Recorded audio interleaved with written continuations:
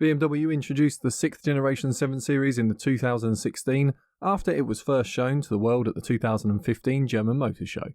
This generation 7 Series was coded G11 with the G12 code reserved for the long wheelbase version, while designers used the 7 Series to showcase the future styling of BMW that would be adopted in the 5 Series a year later, and then onto the X5 and 3 Series in the years after. The 7 Series is the first to receive the latest CLAR platform, which introduced composite materials, adding structural rigidity, whilst being lighter than before, making the G11 feel like a noticeable step ahead of the F01 generation that had come before it. The G11 models are built at BMW's German Dingolfing plant, similar to the previous model. However, knockdown kits were also constructed in Thailand, India and Indonesia. The LCI or Facelift model arrived in 2019 as a 2020 model and had notable changes to the front headlights and increased grille size to match the X7 model, and the rear lights were joined together with a central strip. Inside, a large infotainment screen and instrument cluster loaded with iDrive 7.0 so the car could update over the air, and an additional feature for city traffic which allowed the driver to release the steering for the car of speeds up to 35 mph or 56 km an hour while urban driving. The effect of the new platform can be seen clearly on paper, with the lightest model weighing 1,755 kg or 3,880 pounds compared to the previous generation, which was over 200 kg or 440 pounds heavier in the most basic trim. However, very few 7 Series models are specified this way, and in fully specified formats, the two generations are similar in weight, however only if the G11 model is a hybrid. Overall, the effect is a sharper turn-in and better fuel economy, although serial 7 Series buyers will likely have to push the car to notice the weight difference. Now for the BMW enthusiasts that just love a V12, the 7 Series model has had V12 after V12 in every generation, but in this generation, in the year 2022, the final V12, and that was what the model was called, the final V12 was released. It was for USA only, a very limited number of vehicles. Most of them have ended up in collections. However, if you are on the lookout for one, you may just find one on one of the popular auction sites, but that is where you'll have to look. Prior to that, there is the M760Li and the 760Li in luxury specification.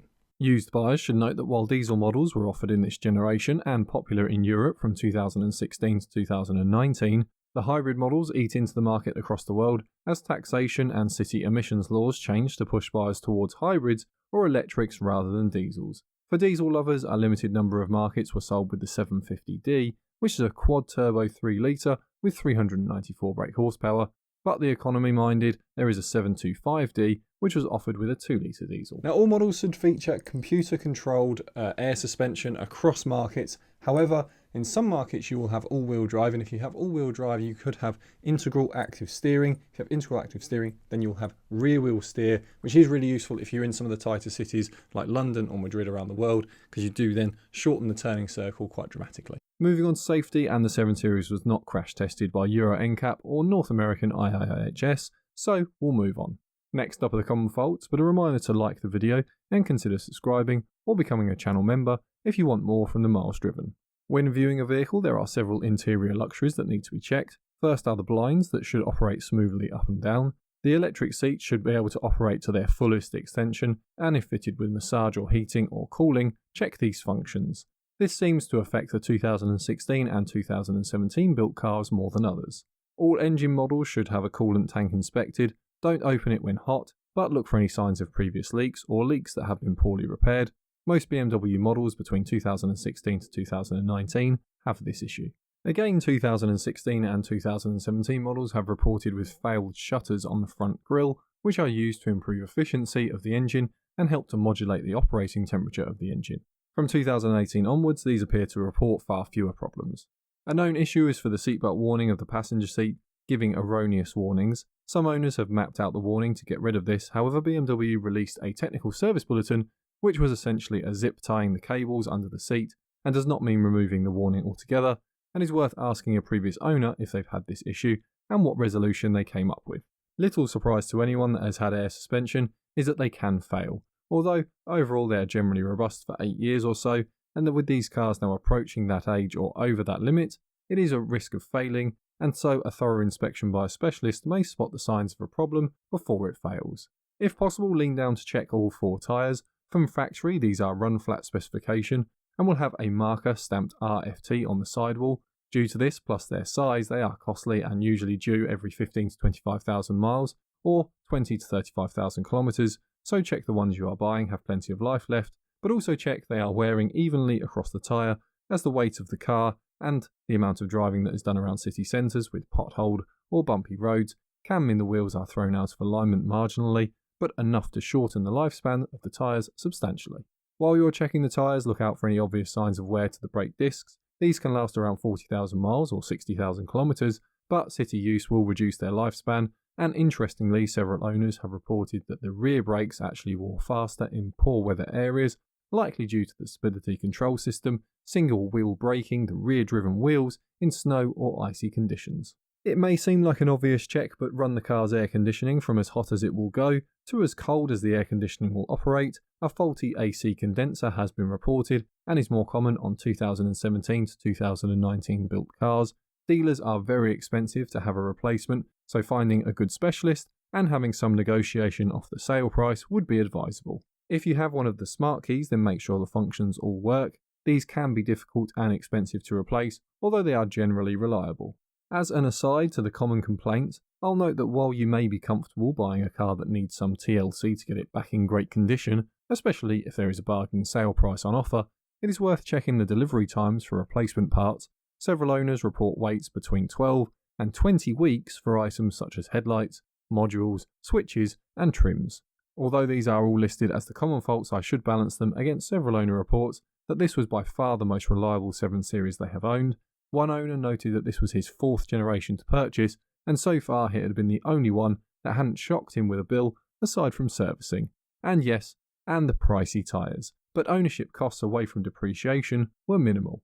Now onto the recalls, but a reminder that the 5 Series of this generation is also on the channel, along with the previous 7 Series and X5 models, but the latest X5 and X7 will be on the channel soon, so consider subscribing to see those in the future.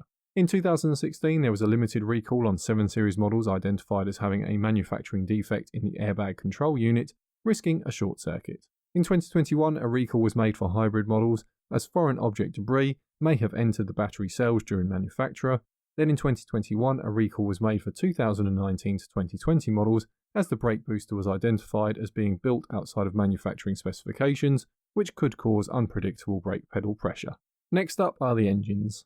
Now, all engines have an 8-speed automatic gearbox. For some of you though, you'll have hybrid engines offered throughout your model range. These are usually badged 740 or 745E. Now, critically on the used market, you will find that a lot of the hybrid vehicles are actually similar money or even cheaper sometimes than the base diesel, which can make them a bit of a bargain, especially on the 745E.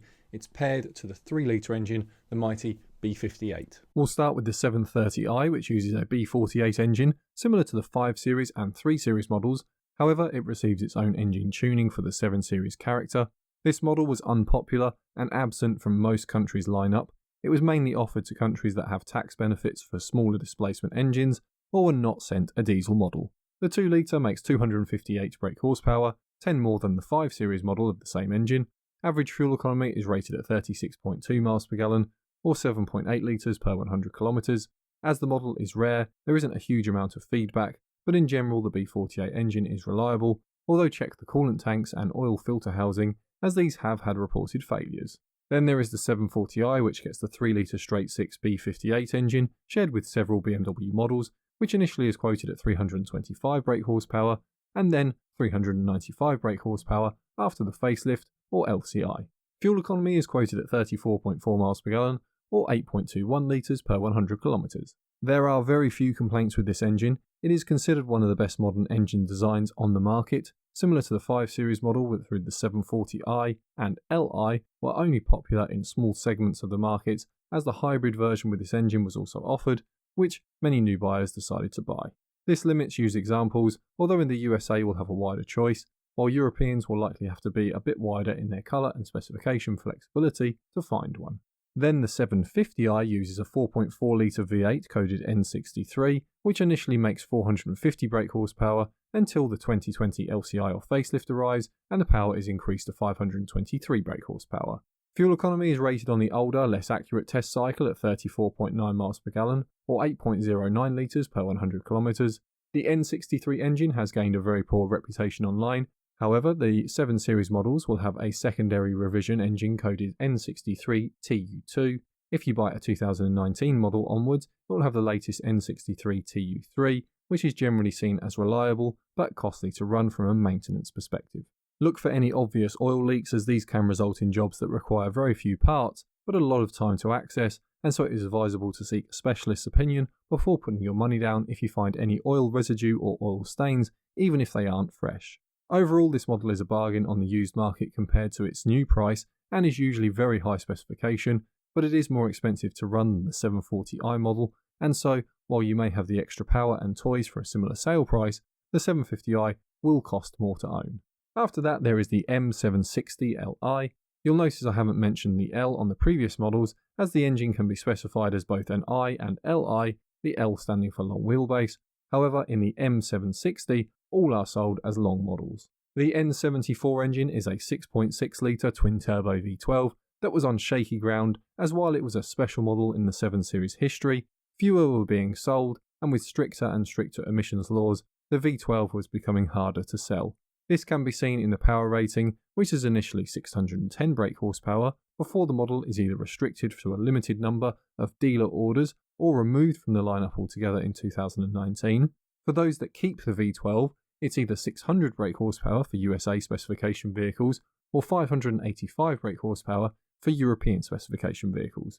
The V12 then has a special run out in 2022 as a thank you and farewell to the firm's tremendous history, including using the V12 engine for 3 generations of hydrogen combustion engines sold in limited numbers to test the technology from the late 90s until it became clear regulators want electric cars no matter what options engineers could offer. For those interested in this legacy, BMW continue to look at hydrogen, but now as a fuel cell electric X5, again strictly limited to a handful of customers that are only allowed the car on short leases. For the few of you looking for a V12, fuel economy was rated at 21.1 miles per gallon or 13.39 litres per 100 kilometres.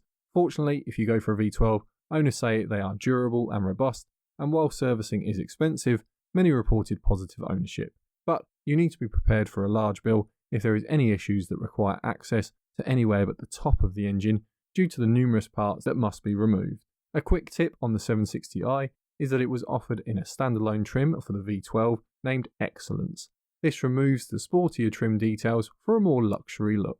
Then there are the 2 diesel engines. A limited number of markets will have the 725D with a B47 2-litre turbo engine making 228 brake horsepower and 46.3 miles per gallon or 6.1 litres per 100 kilometres. These were very unpopular and only offered in a limited number of markets. For UK viewers, I'll note that there is one for sale at the time of this video. Due to its rarity, I can't speak for reliability of the model. However, I will note that in the 5 Series this is a more popular engine, and emissions equipment aside, most owners find it reliable. The most popular options were the 730D and 740D, but a 750D was also offered with a quad-turbo variant of the same B57 3-litre diesel engine until 2020. But again, these are rare, so I'll focus on the 730 and 740 models. In the 730D you'll have 261 brake horsepower, and in the 740D it's 315 brake horsepower. Average fuel economy is rated at 43.5 miles per gallon, or 6.49 litres per 100 kilometres. Both of these cars are favourites in Europe, but the market is squeezed from 2019 when tax changes favour a business purchase towards hybrid models, so many of you will get the greatest choice on earlier cars. Serial 7 Series diesel owners will not be surprised to hear that emissions equipment are the main complaint for repairs to these engines, although advanced turbo wear was reported by some owners that found the car spent most of its early life in stop-start city traffic. Aside from that though, a quick search on the classifieds finds several of these with over 150,000 miles or 250,000 kilometres still running fine and with reasonable residual values, as used buyers place their faith in the longevity of a diesel engine over the petrol and especially the hybrid models. Speaking of the hybrids, the 2-litre and 3-litre petrol engine were both paired to a plug-in hybrid system. Initially it is the 2-litre engine as a 740e model, and then after that the facelift it is a 745e with a 3-litre engine. Although note some markets kept the 740e name. Hybrid range on the early 740e is 25 miles or 37 kilometres in Europe, but a debate as to how this is measured means different ratings across the world, and on the facelift, However, looking at owner feedback 25 miles is possible in the right conditions. The facelift model gets the Gen 4.0 battery with 34 amp hours rather than the earlier 3.0, so will likely give more real-world range too. Generally, BMW dealers haven't reported any widespread issues with the hybrid system, although some owners suffered faults under warranty, but these appear isolated incidents. Now moving on to our picks, this time it was really difficult, and so I've just decided to pick the ones that I would actually go for if I was in the market for this Generation 7 Series. It's the 730 diesel if I have diesel in my market, because to be honest, having driven lots of 730 diesels years ago and a few 740 diesels, yes, the 740 is more powerful, but to be honest, the 730 is not lacking power. So I'd enjoy a 3 litre diesel and a 730 diesel, but if I didn't have a diesel, I'd buy a 740i. It's just power, reliability, and you know what? Not bad fuel economy. If you have to have a hybrid, if you really do, you're a lot of city driving, you have a charger at home, and you know it's going to be a benefit to you, there is a big plus here.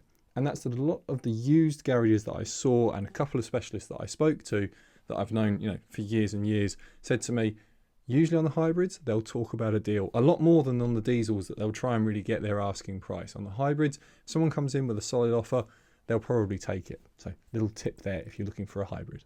If you haven't already seen it, then the buyer's guide on this Generation 5 series is now on the channel and well worth checking out next. But otherwise, all the best with your car search.